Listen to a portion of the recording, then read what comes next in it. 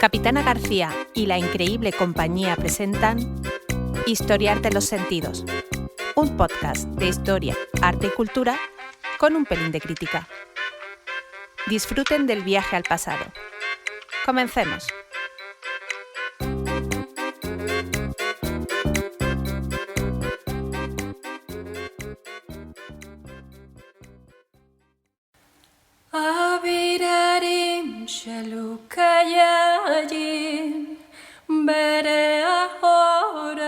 El dictador fascista que amaba a los judíos.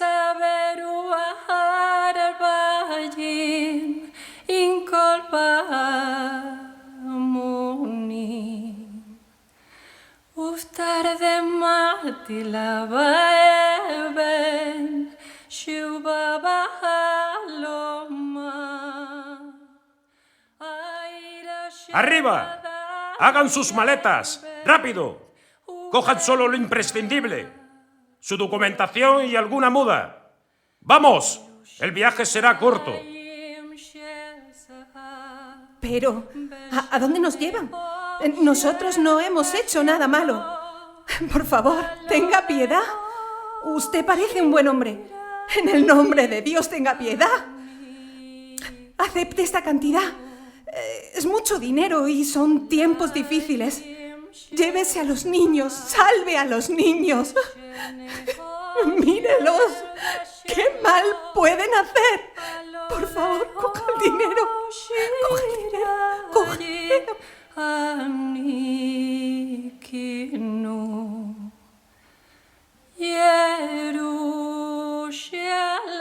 Suplicaban mientras lloraba Flor y Jacques Lévy para que el gendarme salvara la vida de sus hijos. La súplica hizo efecto, o tal vez fuera el incentivo económico que la acompañaba. Pero lo cierto es que el gendarme, con un ademán de suficiencia, respondió: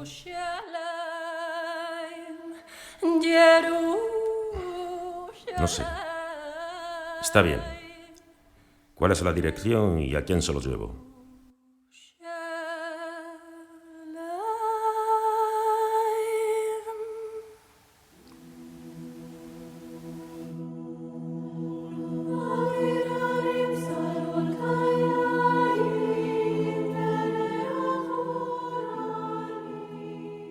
Esa fue la última vez que Flor Lévy vería a sus hijos. La odisea acababa de empezar.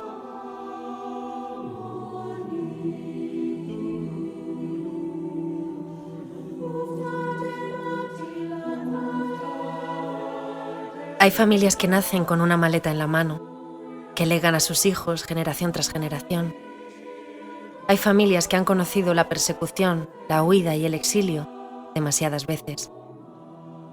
Con una receta secreta arrancada del corazón de pastores del norte de Bulgaria y que, según decían, alargaba la vida.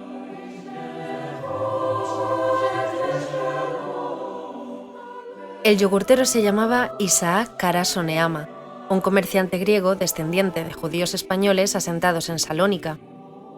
Gracias a su condición de sefardí y en virtud del marco legal vigente, pudo ser repatriado a España. Llegó al barrio del Raval en Barcelona en plena Primera Guerra Mundial. Lo acompañaban su esposa Esther y sus hijos Juana, Flor y Daniel. Este último, conocido cariñosamente en la familia como Danone, daría nombre al yogur más famoso del mundo.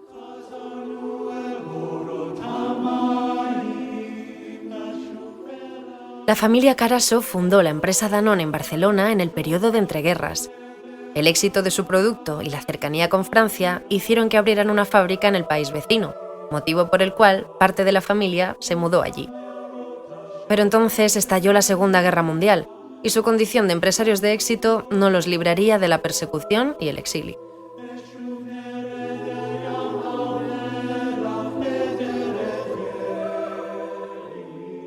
De no ser por las labores diplomáticas del cónsul de España en París, Bernardo Ronald de Biota, Daniel y su familia habrían muerto en un campo de exterminio.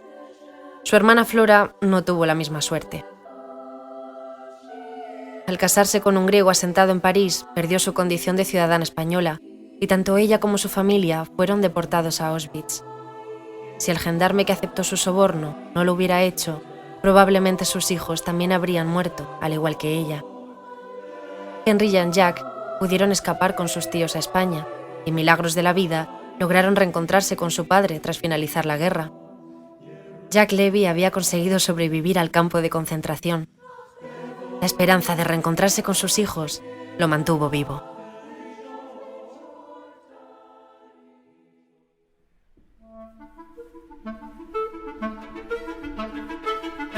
Pero, ¿qué hacía un diplomático español en París desafiando a los nazis al expedir visados a un grupo de judíos considerados ciudadanos españoles? ¿Era legal hacerlo, teniendo en cuenta que otro régimen fascista gobernaba España? ¿Quiénes eran los judíos sefardíes? ¿Y qué relación tenían con España? Son muchas las respuestas. Esta es una historia apasionante, que arranca hace 2000 años y que todavía da frutos. Forma parte del ideario colectivo, de nuestra memoria histórica. Fue a Napoleón a quien se le atribuyó la frase: quien no conoce su historia está condenado a repetirla. ¿Habremos aprendido ya la lección?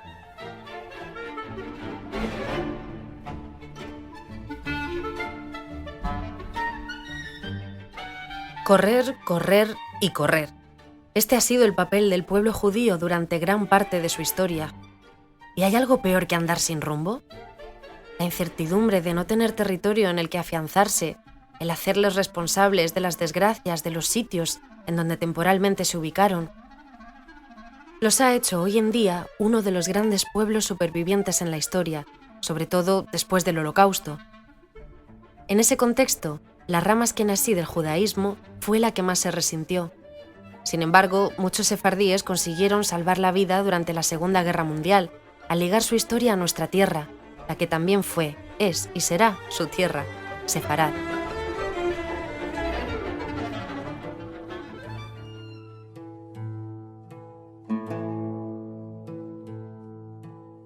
El adjetivo que da nombre a esta rama del judaísmo, los sefardíes, hace referencia a aquellos que residieron en lo que hoy es España, hasta su expulsión en 1492 a manos de Isabel y Fernando, los reyes católicos.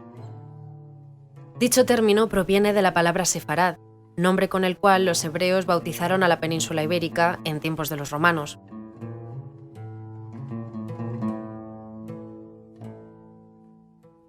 Aunque para los sefardíes acabaron sintiendo Hispania como su hogar, su llegada no fue voluntaria, sino que fue fruto de la peor de las derrotas.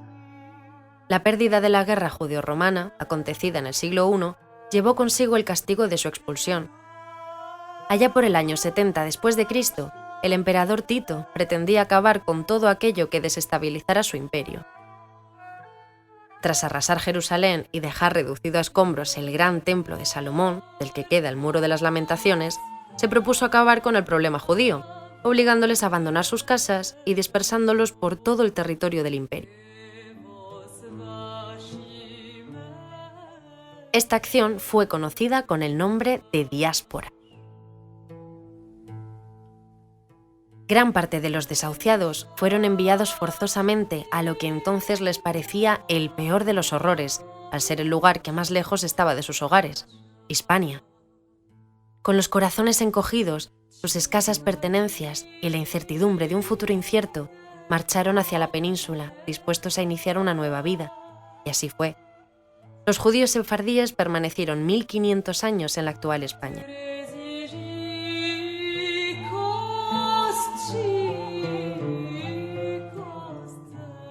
Para los amantes del arte, la diáspora sefardí se plasmó en el Arco de Tito en Roma, que recoge, a través de unos relieves situados en el Intra 2, la marcha de los judíos.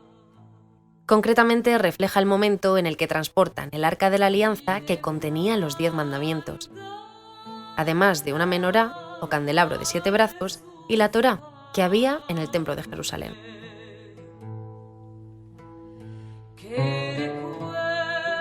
Sin embargo, con la diáspora los conflictos no cesaron, y fue 50 años después, en el 135 después de Cristo, cuando se tomó una drástica decisión. La decisión consistía en hacer desaparecer la provincia de Judea y renombrarla como Siria-Palestina. Ello también implicaba la definitiva expulsión de los judíos, que seguían residiendo en la tierra de Judea.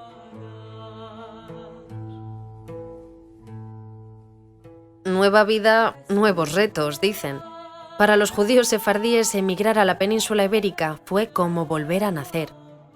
Quizá el cambio de aires no fue tan drástico, ya que se unieron a comunidades de judíos que residían desde época fenicia. Esto les permitió seguir practicando su religión y sus costumbres, sin notar mucha diferencia entre Judea e Hispania. Bueno, algunas sí, empezando porque Judea era un desierto e Hispania, en comparación, un vergel.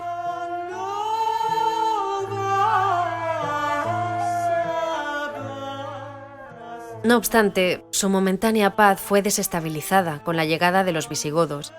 Tampoco ellos se ponían de acuerdo, y es que en todos los reinos se cuecen habas.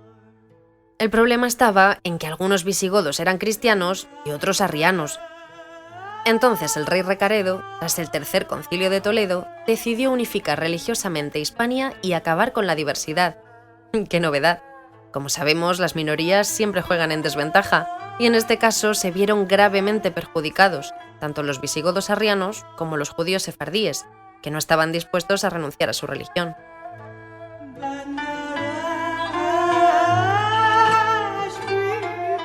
Esta decisión provocó el distanciamiento de los judíos, que al negarse a convertirse en su mayoría, se aislaron creando sus propios barrios, conocidos con el nombre de juderías y aljamas.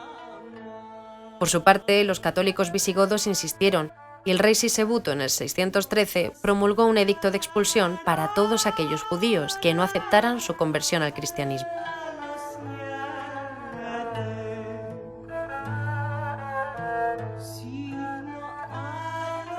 Muchos de ellos volvieron a partir al exilio, pero entonces ocurrió algo inesperado que cambiaría las reglas del juego. Y después de esta tormenta llegó la calma. La calma para los sefardíes vino, paradójicamente, como un huracán para los visigodos.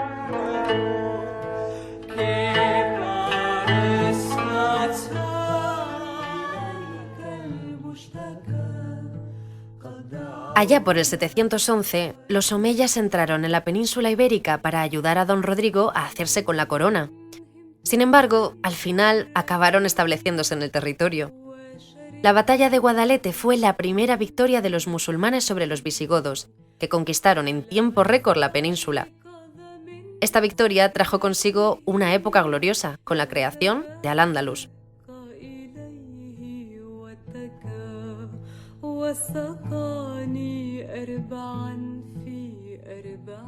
A diferencia de los visigodos, el Islam sí permitía la convivencia de las tres religiones, la mayor parte del tiempo, a cambio del pago de un impuesto y de imponer ciertas condiciones, tales como pasar desapercibidos, construir sus sinagogas sin sobrepasar la altura de los edificios de la ciudad o la prohibición de ocupar cargos administrativos. Estas condiciones fueron más que asequibles para los sefardíes, a los que, después de tanto trasiego, les parecía la mejor de las opciones.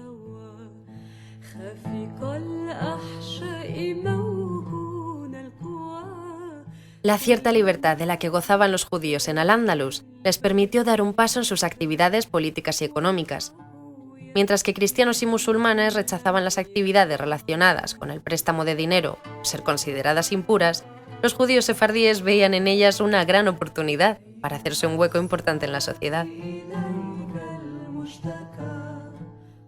Por fin los sefardíes habían encontrado su lugar.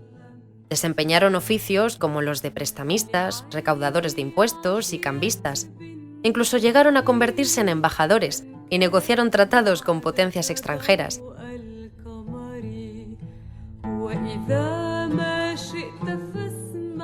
En esta época dorada resuenan nombres en diferentes campos de las ciencias y las letras, como Maimónides, Joseph Ibn Nagrela, Ibn Saprut y Yehuda Efdibón.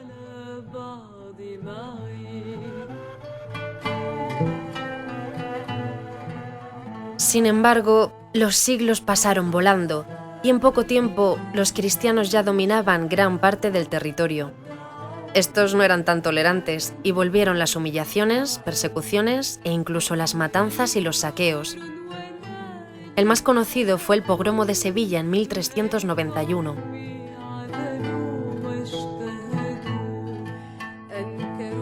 En consecuencia, muchos judíos optaron por ceder a las presiones vecinas y abandonar su religión convirtiéndose al cristianismo. Con Juan II de Castilla, las comunidades sefardíes que se mantuvieron practicaron su religión en la clandestinidad. En cualquier caso, el fin estaba muy cerca.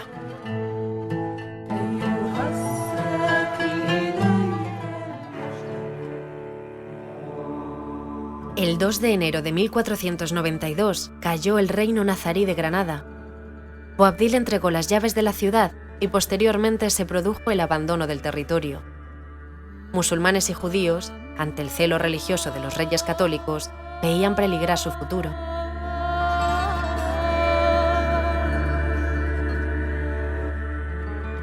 No se equivocaban. Unos meses después, el 31 de marzo, se firmaba en la Alhambra una sentencia para la población sefardí, el Edicto de Expulsión. La presión ejercida por la Inquisición para lograr la unidad religiosa puso entre la espada y la pared a los judíos, que debían elegir entre la conversión al cristianismo o la expulsión forzosa. Los musulmanes correrían la misma suerte en 1502.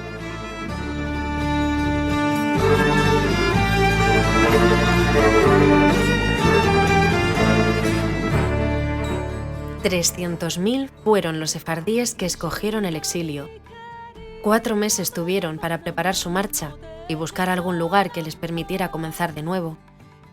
En el mejor de los casos, malvendieron sus tierras y negocios. Otros se fueron sin nada, porque los cristianos esperaron a que se marcharan para quedarse con sus propiedades.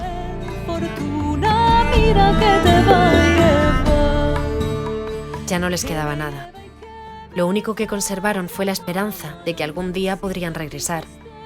Por eso conservaron las llaves de sus hogares, llaves que guardaron como el mejor de sus tesoros, llaves que se oxidaban en un cajón, esperando una política de tolerancia que parecía no llegar. Y así fue, siglos más tarde, esas llaves serían su salvación.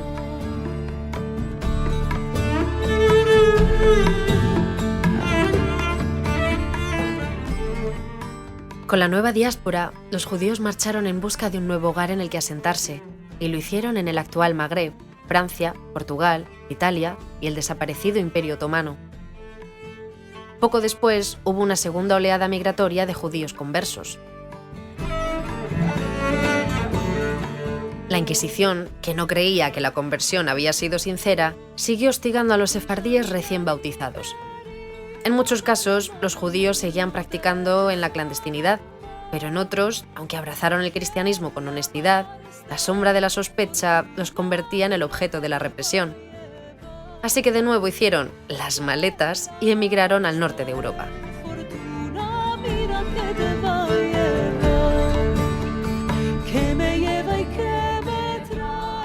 Aunque pueda parecerlo, esta historia de amor no llegó a su fin.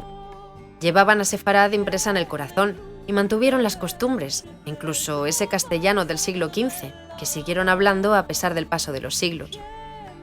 Judíos había en toda Europa, pero las diferencias en la forma de ser, vestir, hablar, etc., los alejaban de los askenazíes. No es tan fácil escapar de la influencia del sol, de la sal propia del Mediterráneo. En realidad, los sefardíes eran considerados judíos de segunda división, porque eran menos ortodoxos en sus prácticas religiosas y en su forma de ver la vida. Eso también lo da el Mediterráneo. Durante un tiempo, España los olvidó. Pero sus caminos volvieron a cruzarse en el siglo XIX. El primer contacto sería dentro del contexto imperialista. En 1860, las tropas españolas desembarcaron en el norte de África, dispuestas a hacerse con territorios que fortalecieran su imperio.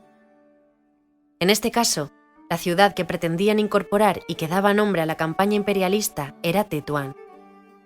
La sorpresa vendría cuando los españoles encontraron familias que se expresaban en un castellano un tanto peculiar. Lo que hablaban era ladino, la lengua resultante de la mezcla del castellano con el hebreo.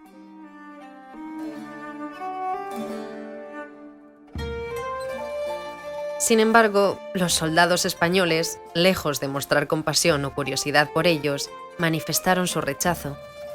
Así lo narraba Pedro Antonio de Alarcón, escritor granadino que fue testigo de lo sucedido. Lo mismo sus figuras que su actitud, que aquel estudiado alarde de hablar español me repugnaron desde luego profundamente. El segundo encuentro, protagonizado esta vez en su mayoría por judíos askenasíes, surgió a raíz de los pogromos contra los judíos en Rusia y los Balcanes. Las nuevas persecuciones trajeron como consecuencia la llegada masiva de judíos, tanto askenasíes como sefardíes, al Imperio Otomano.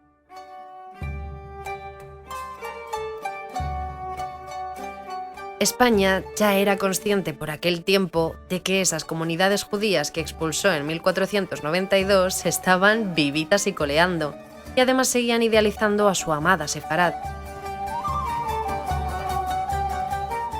Por eso el conde Rascón fue quien tendió su mano y pidió al presidente de España, Sagasta, que acogiera comunidades sefardíes en Constantinopla.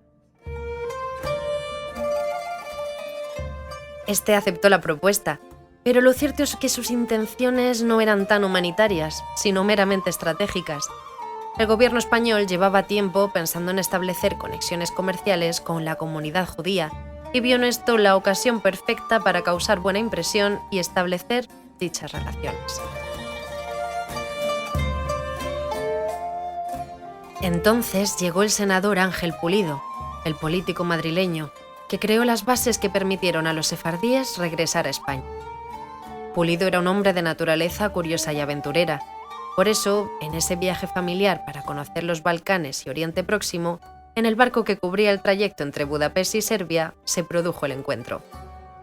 La hermana del senador oyó encubierta a personas que hablaban un castellano un tanto extraño. ¡Ángel! ¡Ángel, ven! ¿Lo oyes? Hay españoles en el barco como nosotros. No estamos solos. Pero hablan un poco raro. No ubico el acento. ¿Y si nos acercamos a saludarles? En ese momento, Ángel se detuvo a escuchar la conversación que estaban teniendo esos dos ancianos, que tanto había sorprendido a su hermana. Pulido, amante de la historia, ya había leído textos que narraban las anécdotas sefardíes en España, pero para él eran más una leyenda que una realidad, hasta aquel afortunado encuentro. El matrimonio anciano al que conocieron fueron Enrique Bejarano y su esposa. Él era el director de la comunidad sefardí en Bucarest. Los Bejarano tenían idealizada España gracias a las maravillosas historias transmitidas por sus antepasados de generación en generación. El senador no dejaba de sorprenderse. Así lo explicó en una carta. Sobre todo me atrajo la variedad de sus conocimientos. Y más que todo esto me extrañó el estallido de amor a la tierra hispana, que había de expresar con emoción lacrimosa y frases de extremada delicadeza y ternura. Tras este encuentro, Pulido siguió investigando, esta vez ya bajo la ventaja que le daba formar parte del Senado. De la curiosidad por el tema surgió la creación de una campaña que diera rienda suelta a sus deseos de volver a reencontrar a los sefardíes con su querida Sefarad. El objetivo de esta campaña era dar a conocer esa parte de la historia, que había sido encubierta durante tantos siglos. Ángel Pulido pensaba que si Bejarano y su esposa tenían esa implacable admiración por España, la comunidad sefardí en su totalidad sentiría lo mismo.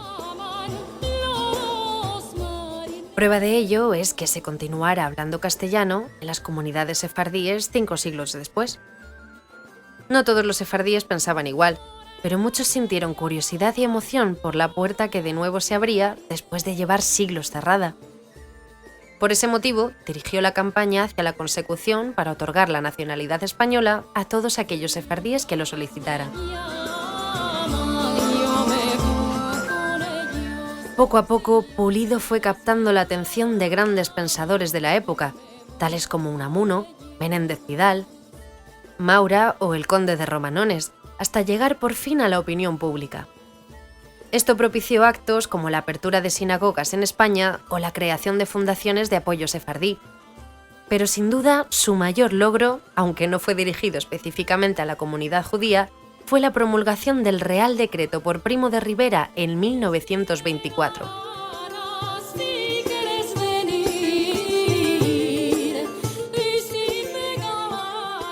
En él se otorgaba la nacionalidad española a los antiguos protegidos españoles y a los descendientes de los sefardíes que lo solicitaran. Tan solo lo solicitaron 3.000, porque la tasa que debían pagar para hacer el trámite era muy costosa para la época, 500 pesetas. No obstante, el decreto, que en principio pasó desapercibido, tendría una gran repercusión años más tarde, durante la Segunda Guerra Mundial.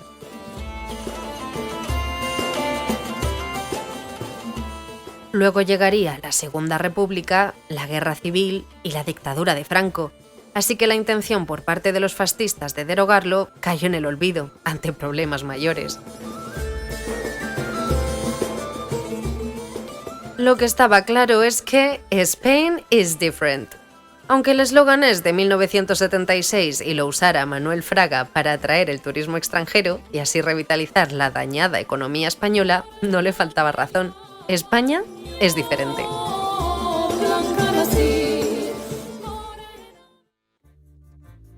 Que en pleno ascenso de los fascismos, que por naturaleza son ultranacionalistas, exaltadores de las razas superiores y antisemitas, hubiera un gobierno que apoyara esta iniciativa, hace del fascismo español algo único.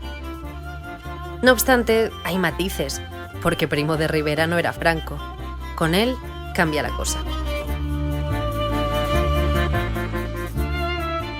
De sobra es conocida la obsesión del caudillo por las conspiraciones judeo-masónicas que querían derrocar al régimen. Así que no cuadra mucho esta seña de identidad con el falso mito de que Franco salvó la vida de miles de judíos durante la Segunda Guerra Mundial. Prueba de ello es que cerró las sinagogas de España e ilegalizó las comunidades judías. Solo se les dio un respiro a partir de 1967, con la Ley de Libertad Religiosa, o más bien tolerancia.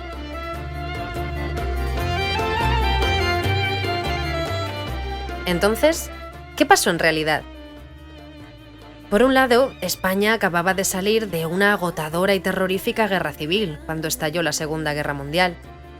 Las preocupaciones del Generalísimo eran otras, y entre ellas no estaba derogar el decreto emitido por Primo de Rivera para otorgar la nacionalidad española a los judíos sefardíes dispersos por Europa.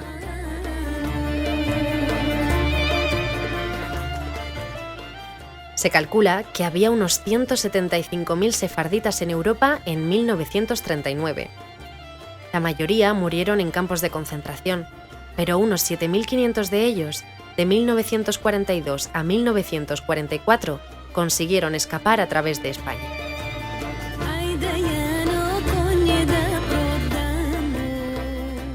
El fascista y antisemita Francisco Franco convirtió a España en una dictadura que bailó al son de la Alemania nazi durante la Segunda Guerra Mundial, a pesar de que se mantuviera al margen de ella. En multitud de ocasiones, Franco dejó ver su incondicional apoyo a Hitler. Sin embargo, el marco legal creado por Primo de Rivera permitió durante unos años sacar a judíos de Europa, gracias a su condición de sefardíes. Nada como controlar los medios de comunicación. Franco, que no daba punta sin hilo, hizo correr el falso rumor de que fue gracias a él que miles de judíos sefardíes se salvaron refugiándose en la madre patria. Por eso, el caudillo, de esta forma, decidió lavar la cara a su fascismo y su querencia por los nazis, para no sufrir más represalias tras la derrota de Alemania en la Segunda Guerra Mundial. Sabía que si seguía con el perfil de dictador nazi, no iba a conseguir acercar posturas con las potencias vencedoras, que son a las que en estas circunstancias convenía aproximarse. Por tanto, aprovechó esta oportunidad para alardear de ser la persona que en plena guerra había desafiado a la Alemania nazi salvándole la vida a 7.500 judíos. Sobra decir que esto funcionó al menos mientras estuvo vivo, y que con ello se ganó el favor de millones de personas que creyeron su discurso.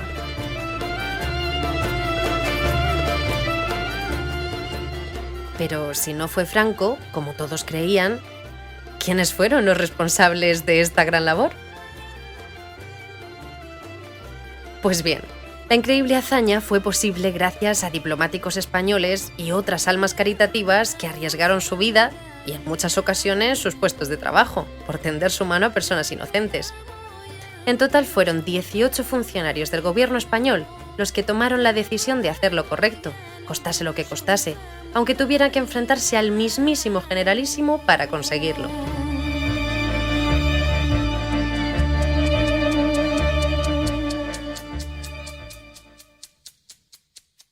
Algunos de estos 18 diplomáticos y funcionarios fueron hombres como Bernardo Roland de Miota, cónsul en París, Eduardo Gasset, cónsul en Salónica y sobrino del famoso filósofo. También está su sucesor en el cargo, Sebastián Romero Radigales, Miguel Ángel Muguiro, ministro español en Budapest y Sofía, Julio Palencia, embajador en Sofía, y Ángel Sanz Briz, en Budapest.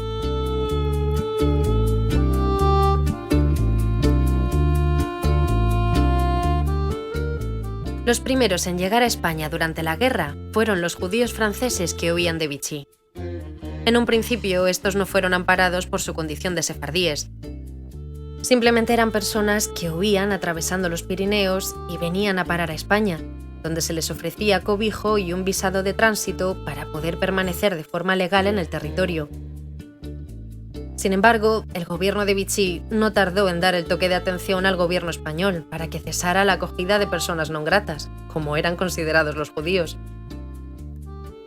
Como bien sabemos, tanto la Francia de Vichy como Franco se proclamaron fans de la Alemania nazi, y no tenía mucho sentido que un gobierno nazi condenara a los judíos y el otro los acogiera como si nada.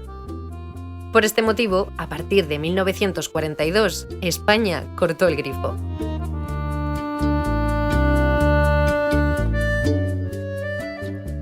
La única forma de acceder a la península ibérica fue el contrabando o el soborno a los funcionarios españoles que tenían puestos de responsabilidad relacionados con el asunto. El llegar a España tampoco era una garantía de éxito, porque muchos de ellos fueron capturados y llevados al campo de concentración de Miranda de Ebro, para luego ser deportados por Franco a los campos de exterminio nazis en las zonas ocupadas.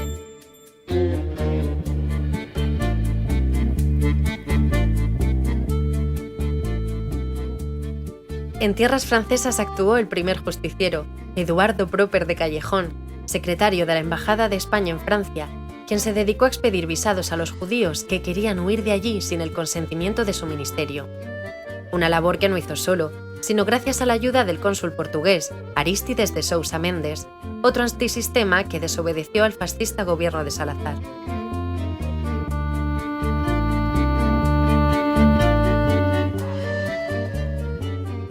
También en París llevó a cabo su labor otro diplomático de cuyo nombre hemos oído hablar al inicio de este capítulo, Bernardo Roland de Miota.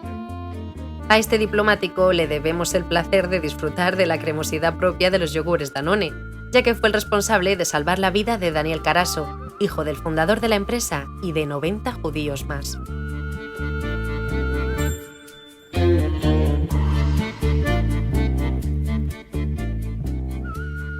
Otro caso es el de Antonio Zuloaga, hijo del famoso pintor, que siendo agregado de prensa en París, Vichy y Argel, le salvó la vida al que luego sería primer ministro de Francia, René Mayer. Hubo más casos en toda Europa. En Rumanía encontramos al embajador Rojas Moreno, quien optó por una medida menos arriesgada pero igual de eficaz, que consistía en poner carteles en las casas de judíos en los que rezaba «Aquí vive un español». Esta era una buena forma de despistar la atención de los nazis en los registros habituales de búsqueda de judíos. Las casas que poseían estos carteles no solían ser registradas, ya que suponía una pérdida de tiempo al dar por hecho que los españoles eran católicos.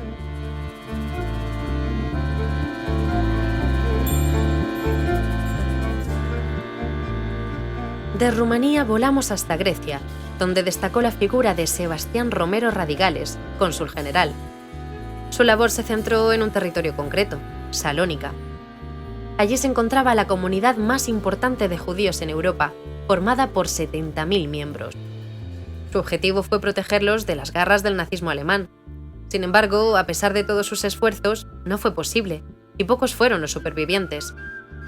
Por ello se centró en los sefardíes de Atenas, donde también se encontraba la significante cantidad de 671, de los cuales, gracias a los esfuerzos de Radigales, pudieron salvarse 367 recién bautizados españoles. El resto murió en Auschwitz, principalmente.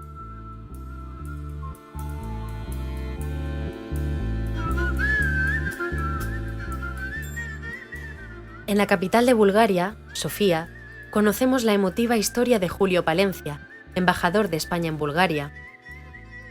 Palencia fue uno de los 18 diplomáticos que luchó para salvar la vida de la comunidad sefardí de Bulgaria.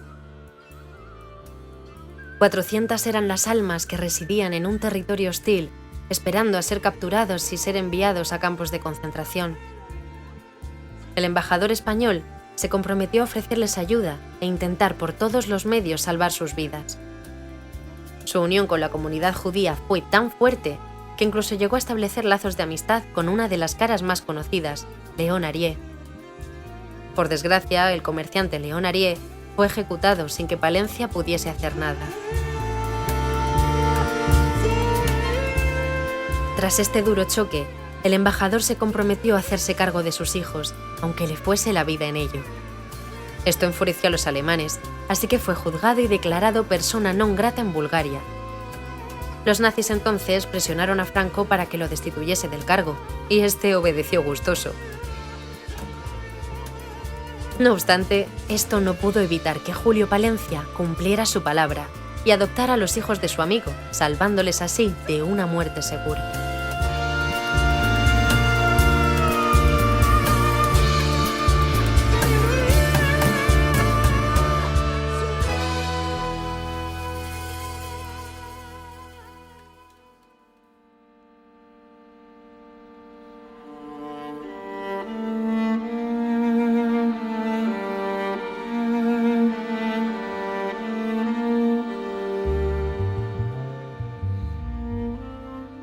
Y, por último, pero no menos importante, hacemos hueco para narrar el gran milagro acontecido en Hungría, protagonizado por Miguel Ángel Mugiro, Ángel Sant-Brith y Jorge Perlasca. Ellos eran los encargados de llevar los negocios españoles en la capital, Budapest. Todos se dedicaron en cuerpo y alma a salvar a la mayor cantidad de judíos posible. De ahí que se ha considerado más un milagro que una hazaña.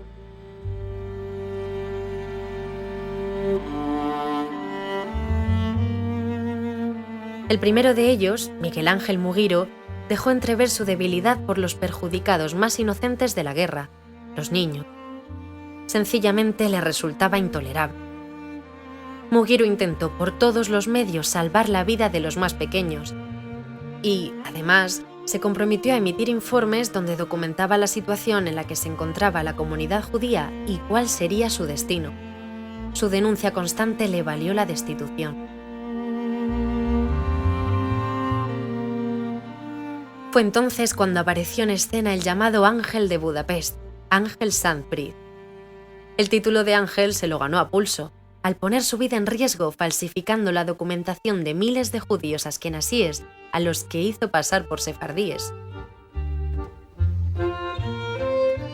La comunidad sefardí era muy pequeña, 200 personas, y tras salvarlos decidió ayudar a los askenasíes.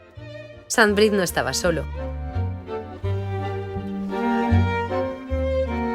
Otros dos diplomáticos de Suecia y el Vaticano, Raúl Wallenberg y Angelo Rota, pusieron en marcha el aparato que salvaría la vida de más de 5.000 judíos.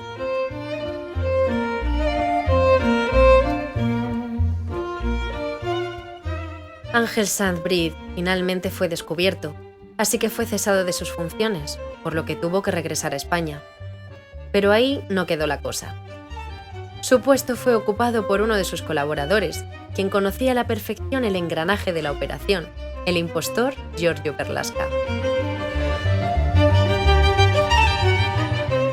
Perlasca no contaba ni siquiera con la nacionalidad española, pero ante el vacío de poder se hizo pasar por diplomático español para ocupar el cargo y seguir con la labor iniciada por su amigo.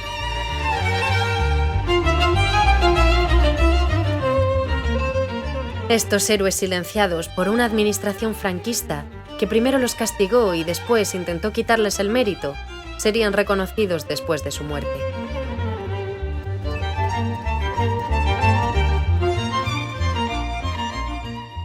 La España democrática quiso honrar a los 18 funcionarios recuperando para la memoria histórica la labor que hicieron. Dicha investigación, llevada a cabo por el historiador José Antonio Lisbona, dio su fruto en noviembre de 2014 y culminó con una exposición llamada Más allá del deber, donde se les rindió homenaje. Se cree que fueron más, pero la absoluta modestia y el interés por pasar desapercibidos hizo que en muchos casos sus propios familiares no tuvieran conocimiento de estos gestos humanitarios. De hecho, algunos supieron de la valentía de los héroes gracias a la exposición.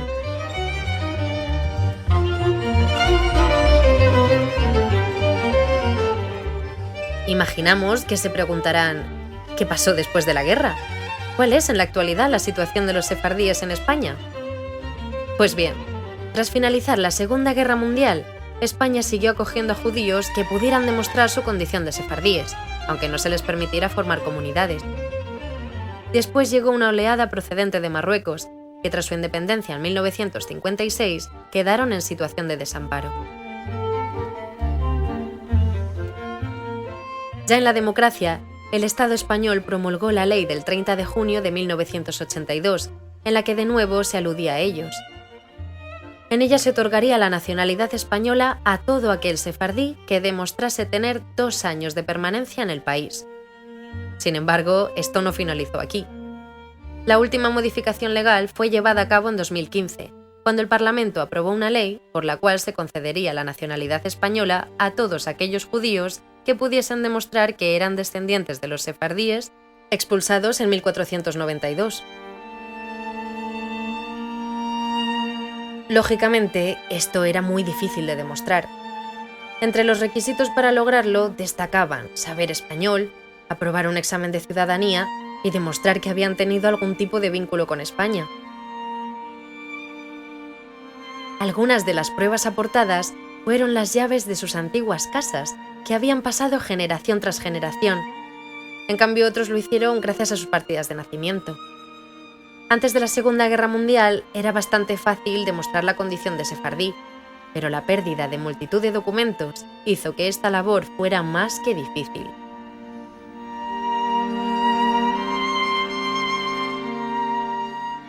Otra forma de rastrear el sefardismo fue por medio de los apellidos, aunque también es complicado porque son muy comunes en España.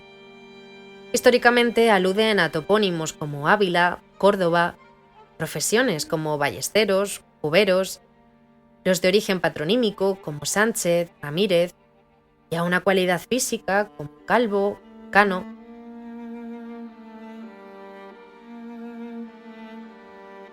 Lo cierto es que son miles las solicitudes que se reciben, pero a la hora de la verdad son pocas las que se aprueban. Desde 2015, el Gobierno de España ha concedido la nacionalidad a unos 6.000 descendientes de sefardíes. Las relaciones con el Estado de Israel son fluidas, y son muchos los lazos culturales y económicos que se tienden en ambas direcciones.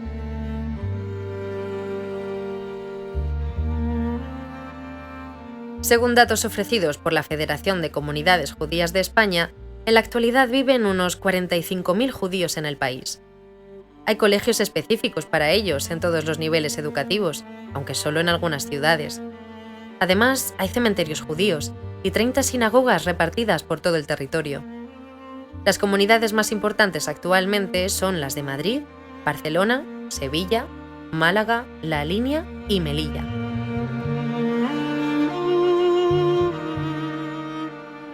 No sabemos si España, gracias a la actuación de estos 18 diplomáticos, logró redimirse en parte por todo el daño que en su día provocó la expulsión de 1492.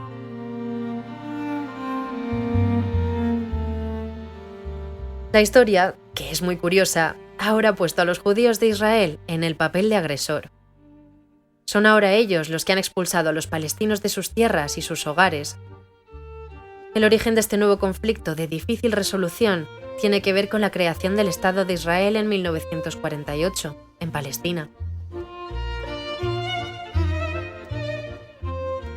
Aunque la Sociedad de Naciones había prometido crear el marco legal necesario para que Palestina consiguiera la independencia, como el resto de territorios del Próximo Oriente, esto no fue posible debido a las consecuencias del Holocausto.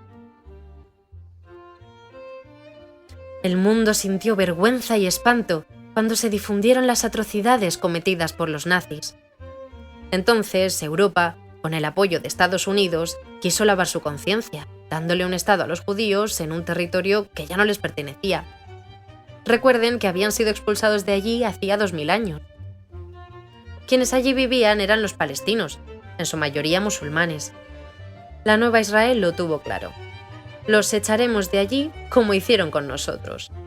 Ojo por ojo, con la diferencia de que los palestinos no habían provocado una guerra, y mucho menos habían participado en el Holocausto. De hecho, Israel debía haberse creado en Alemania, ya que fue esta la causante de todo. Pero los judíos no quisieron, porque vieron en la desgracia la oportunidad de volver a la tierra que los vio nacer. El que allí hubiera palestinos era lo de menos.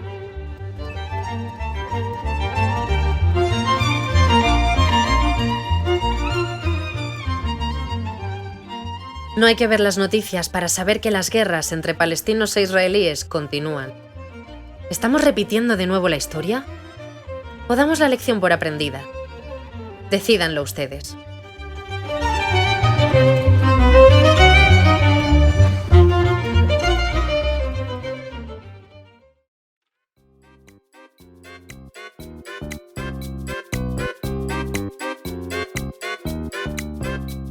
Este podcast ha sido realizado en Radio Padul y gracias a la colaboración del Ayuntamiento de Padul. Si quieres saber quiénes son Capitana García y la Increíble Compañía, puedes visitar nuestra página en www.historiartelosentidos.es. Aquí encontrarás materiales adicionales de cada episodio. También nos puedes seguir en Spotify, iVoox, Instagram y YouTube. Nos vemos en el próximo capítulo. Mientras tanto, a disfrutar. Por cierto, este podcast está dedicado a la maravillosa Ana Riaño. Gracias por descubrirnos el mundo sefardí.